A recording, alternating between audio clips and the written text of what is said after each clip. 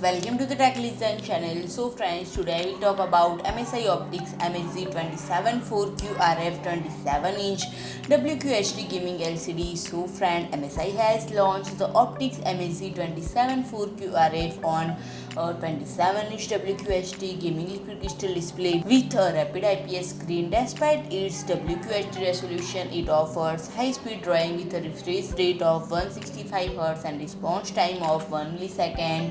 And friend, it also has a console mode that accepts 4K signals from consumer gaming consoles, making it compatible with PlayStation 5 monitors. And friend, the major specifications are 300 nit brightness, 1000 gem 1 contrast ratio, DCI-P 394% color gamut, sRGB 131% display colors, a horizontal or vertical viewing angle of 178 degree.